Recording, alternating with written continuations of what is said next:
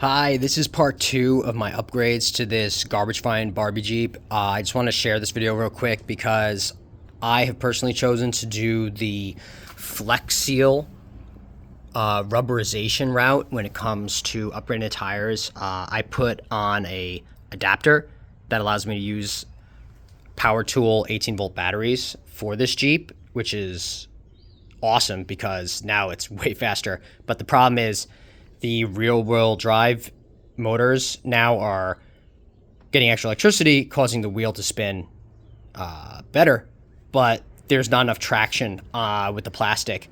Even if it was brand new plastic, it might still be spinning out. It spins like 2 or 3 rotations before it catches and then starts going. And since I've already done these upgrades, I want to get the most out of that extra power. So there's a few different options with the tires.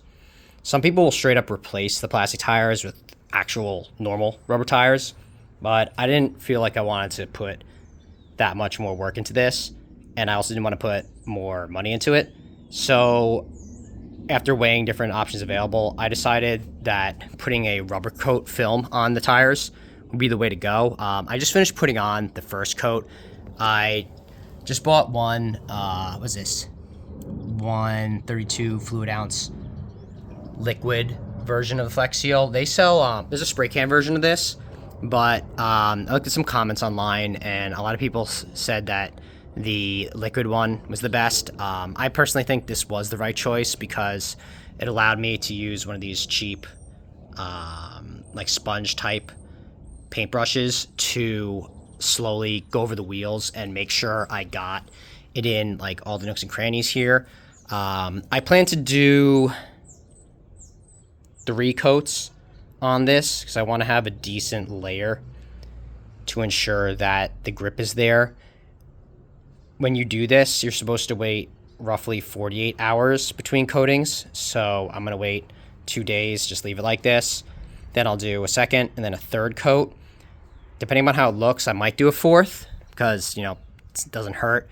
The first coat, as it settles in, it's got a good thickness. You can see right from the beginning, it does have a good thickness to it. I would definitely recommend using the Flex Seal. I wouldn't buy a knockoff because this is really gonna seal as true rubber. And I trust that it's gonna have the right result. If it doesn't, I'll be disappointed, but then again, I'm kind of done with it. So it's not too drippy. I use gloves when I did it, but by slowly putting it on this sponge type brush, it was not very messy. I barely dropped any. I'm doing it in the garage, it doesn't really matter. And I just very slowly rotated these wheels as I needed to. I did another check visually to make sure I got it in all the nooks and crannies.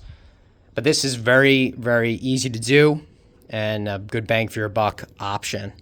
And I highly recommend it. I hope this was useful to anyone who is doing this route. I did try buying pads because some people will get pads that have like 3M tape on the back and stick it on and then screw it in physically to the wheels. I didn't like the idea of opening up a hole in the wheel, and I tried buying different rubber strips, but partially because these tires still have a like a ridge line on it. It didn't work well with any of the 3M tape anyway, so I returned that and I decided to do the Flex Seal. And this is the ideal, I think, if you're going to stay with the tires. Just do the Flex Seal method. So once this rubber layer is done, then I will do more.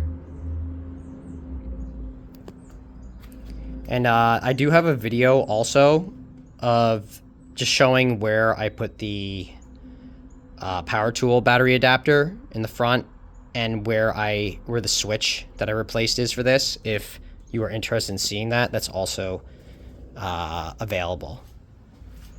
And I hope this was helpful. Feel free to leave a comment or subscribe